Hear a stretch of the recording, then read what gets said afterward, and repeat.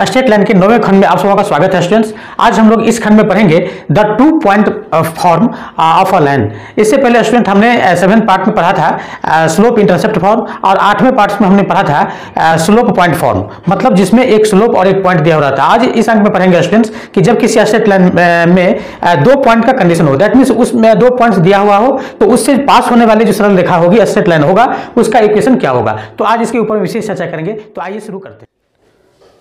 The 2 point form of a line, मतलब 2 points हमारे पास दिया हुआ है, अब उससे पास होने वाली जो स्ट्रेट लाइन होगा उसका हमें इक्वेशन निकालना है स्टूडेंट्स। सो इस पर थ्योरम है कि the equation of a line passes through 2 given points x1 y1 and x2 y2 is given by y minus y1 is equal to y1 minus y2 upon x1 minus x2 into x minus x1। और student ये theorem बहुत ही important है। कहने का मतलब यह है कि एक ऐसा स्ट्रेट लाइन है जो x1 y1 और x2 y2 दो दी हुई बिंदु है। हाँ, ये दिया हुआ है x1 y1 और x2 y2 पॉइंट्स दिया हुआ है और इससे ये स्ट्रेट लाइन पास करती है। तो उस स्थिति में इस टाइप का उसका इक्वेशन बनता है, that means y minus y1 equal to y1 minus y2 upon x1 minus x2 into x minus x1। तो स्टूडेंट आइए इस थ्योरम को हम लोग प्रूव करते हैं। तो सबसे पहले हम यहाँ लिखते हैं प्रूफ। इसे 2-3 तरीके से करेंगे स्टूडेंट्स आज। तो सबसे पहले हम करेंगे क्या, ये पहले ज्योमेट्रिकली हम लोग कर लेते हैं। ये ऐसा, ये हो गया x एक्सिस और ये हो गया y एक्सिस। देखिए फिगर बहुत ही इंपॉर्टेंट होता है स्टूडेंट्स। सपोज कर लेते हैं कि ये वही लाइन है, हाँ, जो x1 y1 और x2 y2 से पास कर रही है और ये लाइन जो है वो ये एंगल बना रही है यहाँ पर थीटा। ठीक है, तो आप सभी जानते होंगे थीटा क्या होता है। थीटा इंक्लिनेशन एंगल होता है स्ट्रेट लाइन का और tan theta equal to slope होता है। सो अभी यहाँ पर हम कर लेंगे x1 y1 एक पॉइंट ले लेते हैं। यहाँ पर x1 y1 एक पॉइंट ले लेते हैं जिसका कोऑर्डिनेट हमने पॉइंट हमने p ले लिया जिसका कोऑर्डिनेट x1 y1 है, और एक पॉइंट और हमने ले लिया q जिसका कोऑर्डिनेट x2 y2 है।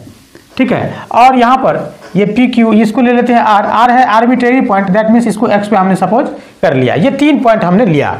ठीक है स्टूडेंट, स्ट्रेट लाइन पर बहुत सारे पॉइंट्स होते हैं। सो एक आर्बिट्रेरी पॉइंट मैंने अपने मन से, मतलब वेरिएबल के लिए, और ये 2 दी हुई बिंदु जो है वो आपको जो कंडीशन दिया हुआ है उसके बेस पर हमने इसको रख लिया। अब हम क्या करते हैं स्टूडेंट्स, इसको हम लोग यहाँ से परपेंडिकुलर डालते हैं x एक्सिस पर, यहाँ से भी x एक्सिस पर और यहाँ से भी x एक्सिस पर हमने परपेंडिकुलर डाल लिया। अब यहाँ से क्या करेंगे, ये PQR इसको लिखिए STV। ठीक है, अब यहाँ से हम PT पर क्या करते हैं, स्ट्रेट परपेंडिकुलर डाल देते हैं। फिर P से हम क्या करते हैं, RV पर परपेंडिकुलर डाल देते हैं। ठीक है, इस स्थिति में आप देख सकते हैं स्टूडेंट्स कि ये x एक्सिस जो है ये इस लाइन के पैरेलल और इस लाइन के भी पैरेलल है। सो इस स्थिति में कॉरस्पॉन्डेंस एंगल ये थीटा है, तो ये भी क्या हो जाएगा, थीटा हो जाएगा, और ये भी क्या हो जाएगा, थीटा हो जाएगा। सो स्टूडेंट अब यहाँ पर कर लिए हैं, यहाँ पर कर लीजिए आप। चलिए A, यहाँ पर B पॉइंट हमने ले लिया। अब इस ट्रायंगल में आप देखिए तो PB इक्वल टू क्या होगा, इन ट्रायंगल PRB में PB इक्वल टू क्या होगा, PB इक्वल टू क्या होगा, PB इक्वल टू हो जाएगा TV, और TV को आप लिख सकते हैं OB माइनस OT, और OB को आप लिख सकते हैं स्टूडेंट x माइनस, और OT को आप लिख सकते हैं, OT को लिख सकते हैं x1। देख सकते हैं x1 y1 कोऑर्डिनेट है, सो ये डिस्टेंस क्या हो जाएगा, x1 हो जाएगा, तो यहाँ पर लिखेंगे x1। इस तरह से हमारा वैल्यू फाइंड आउट हो गया PB का। अब RB का वैल्यू हम लोग निकालते हैं, तो RB इक्वल टू क्या होगा, RB इक्वल टू आप लोग लिख सकते हैं RV माइनस BV। अब RV का वैल्यू कितना, RV का वैल्यू देखिए ये पूरा वैल्यू कितना हो जाएगा, तो y हो जाएगा। सो यहाँ पर लिख देंगे y माइनस BV का वैल्यू क्या होगा, तो BV का वैल्यू हो जाएगा PT के इक्वल, PT तो y माइनस, और PT का वैल्यू कितना होगा, तो y1, तो यहाँ पर कर लीजिए आप y1।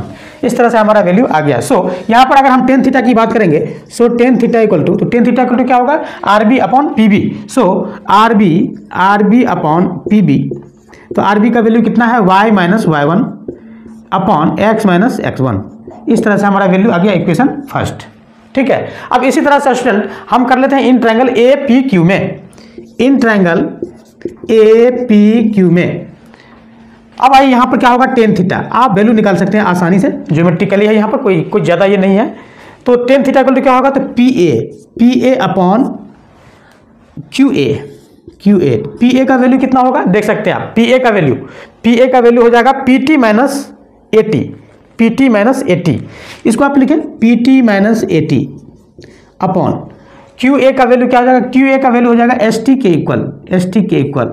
अब पी टी का वैल्यू क्या होगा, तो पी टी का वैल्यू देख सकते हैं आप, पी टी ये है तो ये हो जाएगा कितना y1, सो यहाँ पर लिखेंगे y1 माइनस ए टी का वैल्यू, अब ए टी का वैल्यू किसके इक्वल, तो क्यू एस के इक्वल, क्यू एस क्या है y2, यानी ये y2 तब x2 y2 यहाँ पर कोऑर्डिनेट बना, सो यहाँ पर हो जाएगा y2 अपॉन एस टी को क्या लिखेंगे OT minus OS, OT minus OS, OT को लिखेंगे x1, देख सकते हैं OT को x1, यहाँ पर x1 कोऑर्डिनेट, ठीक है, और OS का मतलब x2 इक्वेशन सेकेंड। अब आप देख सकते हैं स्टूडेंट्स दोनों में हमने tan थीटा का वैल्यू निकाला है, so from first and second, so from first and second दोनों क्या हो जाएगा, इक्वल हो जाएगा, दोनों tan थीटा का ही वैल्यू है। सो लिखेंगे हम y minus y1 upon x minus x1 equal to y1 minus y2 into sorry upon x1 minus x2। So इस तरह से हमने लिखा y minus y1 is equal to y1 minus y2 upon x1 minus x2, ये back cross कर लीजिए, into x minus x1, और ये कंडीशन हमारा देख सकते हैं स्टूडेंट्स प्रूव्ड हो गया।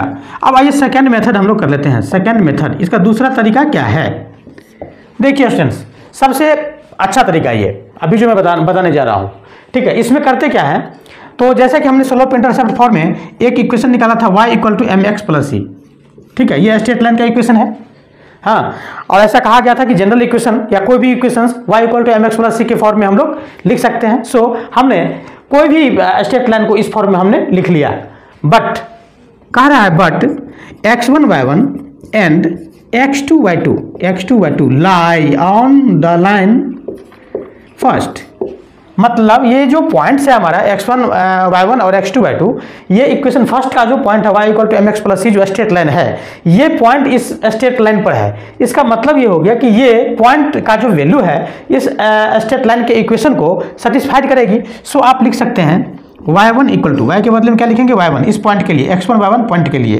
क्या लिखेंगे m x1 प्लस सी, और फिर x2 y2 पॉइंट के लिए क्या लिख देंगे y2 equal to M x2 plus C, equation इसको सेकंड लिखिए, इसको इक्वेशन थर्ड लिखिए, ठीक है। अब क्या कीजिए, तो सेकंड में से थर्ड को आप माइनस कर लीजिए, सेकंड में से थर्ड को आप माइनस कर लीजिए। इस स्थिति में आपका y1 minus y2 equal to हो जाता है m into x1 minus x2, और c से c तो कैंसिल हो जाएगा। सो इस तरह से हमारा m का वैल्यू आ गया y1 minus y2 upon x1 minus x2, इसको इक्वेशन a मान लीजिए, ठीक है। अब हम लोग क्या करेंगे, तो फर्स्ट में से सेकंड को माइनस करेंगे, फर्स्ट में से सेकंड को माइनस करेंगे। अब यहाँ पर y minus y1 is equal to m into y minus y1 is equal to m into x minus x1 हो जाएगा, ठीक है, और c से c तो कैंसिल हो जाएगा। सो इस तरह से हमारा m का जो वैल्यू होगा यहाँ पर ये हो जाएगा y minus y1 upon x minus x1। अब देखिए इक्वेशन b हो गया ये। अब इक्वेशन बी और इक्वेशन ए से देखिए m इक्वल टू इतना, m इक्वल टू इतना, m क्या होता है स्टूडेंट, जैसा कि हमने बताया है स्लोप इंटरसेप्ट पार्ट नंबर 7 में, उसमें आप लोग देख लीजिएगा, m होता है tan थीटा, tan थीटा का एक वैल्यू इतना, दूसरा वैल्यू इतना। देखिए tan थीटा का एक वैल्यू आता है x1 x2 नीचे, और ऊपर है y1 y2, देखिए यहाँ भी आया है आपका tan थीटा का एक value y1 y2 x1 x2, ठीक है। एक tan थीटा का और दूसरा tan थीटा का वैल्यू क्या आया है y minus y1 x minus x1। सो देखिए यहाँ पर दोनों मिल रहा है। हाँ, अब क्या करेंगे, फ्रॉम ए एंड बी, क्या लिखेंगे, फ्रॉम ए एंड बी। आपको कैसा दिखेगा, दोनों m तो इक्वल है, मतलब कैसा दिखेगा, अब ऐसा दिखना शुरू हो जाएगा, ठीक है, ये दोनों क्या हो जाएगा, इक्वल हो जाएगा, तो ऐसा दिखना शुरू हो जाएगा। दोनों इक्वेशन से आप ऐसा लिख सकते हैं, फिर आप सोल्व करके आप इतना निकाल सकते हैं। तो ये हमारा ये दूसरा मेथड हुआ। अब हम लोग तीसरे मेथड की बात करेंगे। तो अब थर्ड मेथड है स्टूडेंट्स कि अगर ये स्ट्रेट लाइन है और ये x1 y1 और x2 y2 से पास कर रही है, x2 y2 से पास कर रही है, ठीक है। इस पर एक आर्बिट्रेरी पॉइंट हमने x y ले लिया। और स्टूडेंट जैसा कि आप देख रहे हैं कि स्ट्रेट लाइन जो होती है वो क्या होती है, कॉलिनियर होती है, एक रेखीय होती है, एक ही रेखा है तो एक रेखीय होगी। सो एक रेखीय होने का जो कंडीशन हमने पढ़ा है ABC स्लोप में, हमने स्लोप का जो एक वीडियो है हमारा उसमें देख लीजिएगा, उसमें आप लिखेंगे कि slope AB is equal to slope BC। तो इस तरह से आप AB का स्लोप निकाल लीजिए, कितना आ जाएगा, तो आ जाएगा y माइनस y1 अपॉन ये कितना आ जाएगा x माइनस x1। फिर BC का स्लोप निकालिए, कितना आ जाएगा y minus y2 upon x minus x2। चाहे तो आप यहाँ पर MAC भी निकाल सकते हैं। सो AC का स्लोप क्या हो जाएगा, y1 minus y2 upon x1 minus x2। अब आप देखिए इससे इसका कंपेयर कर लीजिए तो आपका इक्वेशन आ जाएगा y माइनस y1 और इज इक्वल टू ये इंटू कर लीजिए यहाँ पर y1 minus y2 upon x1 minus x2 into x minus x1। ये प्रूव्ड हो गया।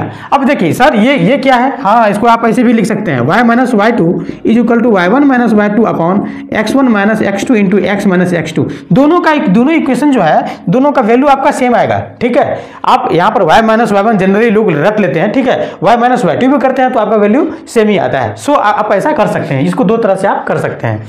अब आइए फोर्थ मेथड भी हम लोग पढ़ ही लेते हैं। ठीक है, अब देखिए ABC क्या है, एक ही लाइन पर है। सो इससे एरिया ऑफ ट्रायंगल जो बनेगा वो क्या हो जाएगा, 0 हो जाएगा। सो एरिया ऑफ ट्रायंगल का फार्मूला ये बहुत ही अच्छा, ये फोर्थ मेथड है स्टूडेंट, ये चौथा तरीका हमारा। हाँ, इससे जो एरिया ऑफ ट्रायंगल बनेगा ABC का, हाँ ABC AR लगा दीजिए, मतलब area of triangle ABC is equal to कितना हो जाएगा, 0। सो आप लिख सकते हैं हाफ इंटू, अब एरिया ऑफ ट्रायंगल के डिटरमिनेंट का फॉर्मूला यूज कीजिए, क्या हो जाएगा x1 y1 1 x2 y2 1 is equal to 0। अब आप इस डिटरमिनेंट को सोल्व करेंगे तो आपको ये कंडीशन आ जाएगा, मतलब ये स्ट्रेट लाइन का इक्वेशन आ जाएगा। तो इस तरह से भी आप इस थ्योरम को प्रूव कर सकते हैं। और स्टूडेंट्स इसमें चलिए एक एग्जांपल्स हम कर लेते हैं। Example first find the equation of a straight line which passes through the two points x नहीं, अब चलिए 1 2 एंड 5 4। ठीक है, 1 2 और 5 4 से पास कर रही है, उस स्ट्रेट लाइन का इक्वेशन क्या होगा, जस्ट इसी पर है। सो आप क्वेश्चन जैसा कि हमने बताया इसमें आप 1 2 को क्या करेंगे, x1 y1 मान लेंगे। तो x1 y1 को आप सपोज कर लीजिए कि 1 2 है, और x2 y2 को आप सपोज कर लीजिए कि 5 और 4 है। ठीक है, सो यहाँ पर आप फॉर्मूला लगा दीजिए y माइनस y1 या y2 चलेगा, is equal to y1 minus y2 upon x1 minus x2 into x minus x1। अब देखिए कितना सिंपल। सो y माइनस y1 का वैल्यू कितना, y1 का वैल्यू देखिए यहाँ पर 2 है, तो 2 is equal to y1 minus y2, मतलब 2 में से 4 को माइनस कर लीजिए तो कितना आ जाएगा, -2 अपॉन x1 माइनस x2, 1 में से 5 को तो -4 इंटू x माइनस x1 का वैल्यू कितना 1। सो यहाँ पर लिखेंगे y minus 2 is equal to 1 upon 2 x minus 1 by cross multiplication x minus 1 minus 2y plus 4 equal to 0। So x minus 2y plus 3 equal to 0 answer हमारा हो जाएगा students. आइए students इस थ्योरम को समझने के लिए कुछ और विशेष एग्जाम्पल्स करते हैं।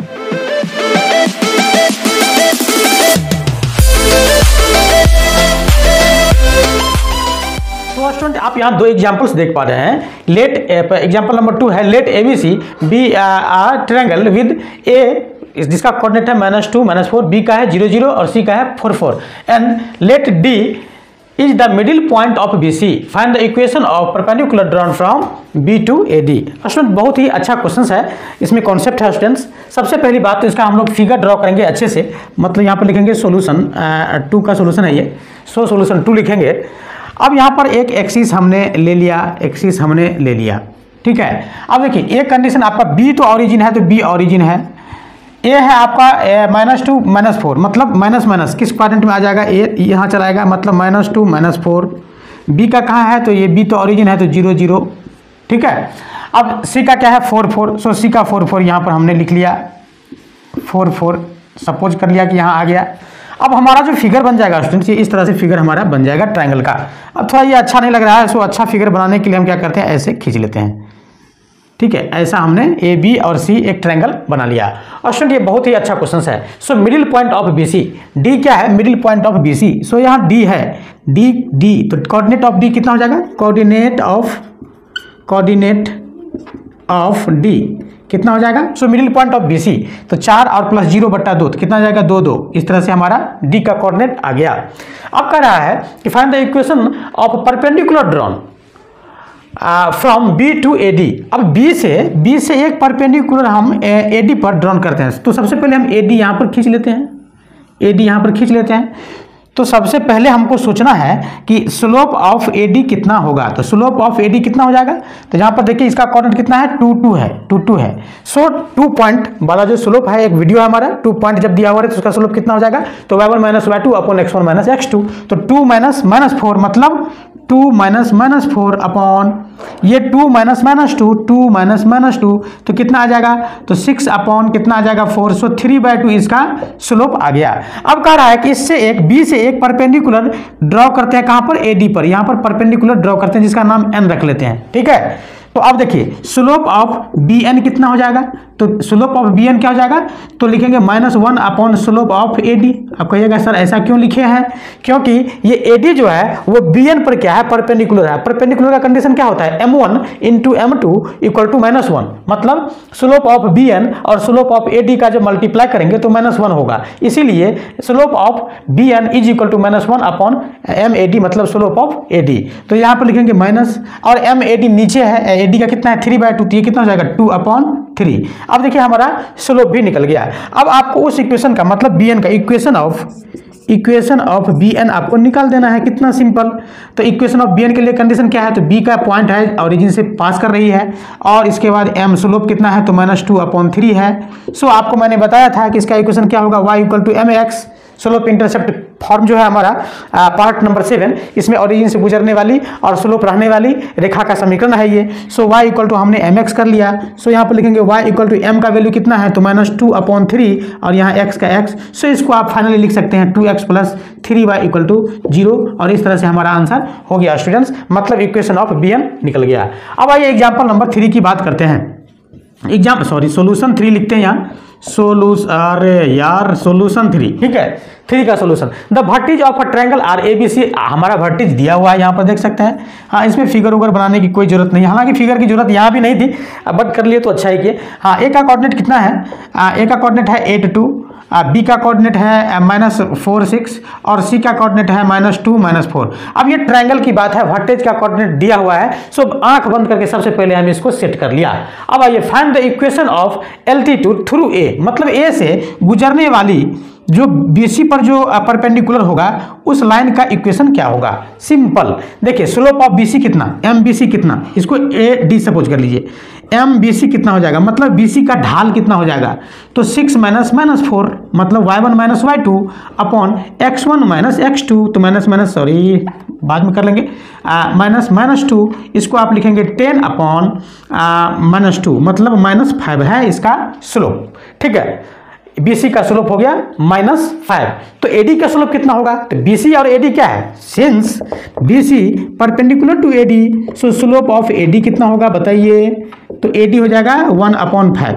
देखिए दोनों का मल्टीप्लाई करके देखिए आपको -1 आ जाएगा। सो परपेंडिकुलर AD और BC एक दूसरे पर परपेंडिकुलर है, तो इस तरह से हमें AD का स्लोप यहाँ पर निकल गया 1/5, मतलब इसका m इक्वल टू AD का m अपॉन 1/5 निकल गया, ठीक है। अब ये AD A से पास कर रही है, A का पॉइंट दिया हुआ है, मतलब इक्वेशन ऑफ AD।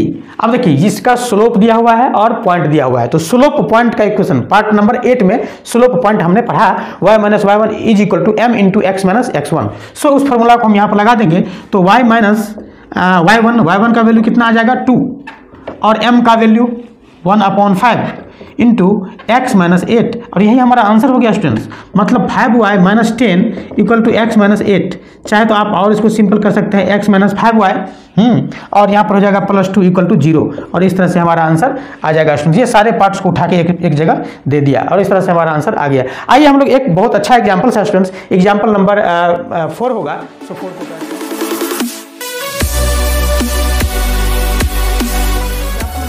students की find the ratio in which the line segment joining the point 2 4 and 4 6 is divided by the line joining 0 8 and -2 -4।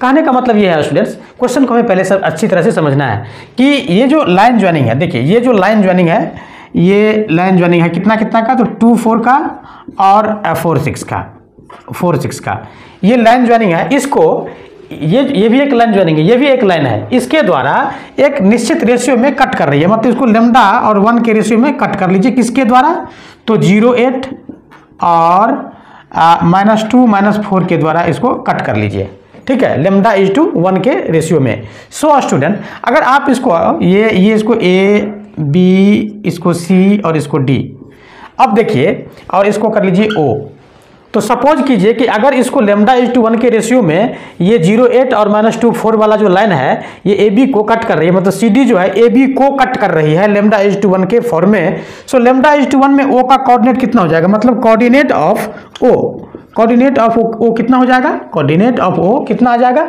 सो देखिए यहाँ पर इंटरनली या एक्सटर्नली, चूंकि हम अभी इंटरनली ही करते हैं, वो लैम्डा के वैल्यू पर निर्भर करेगा।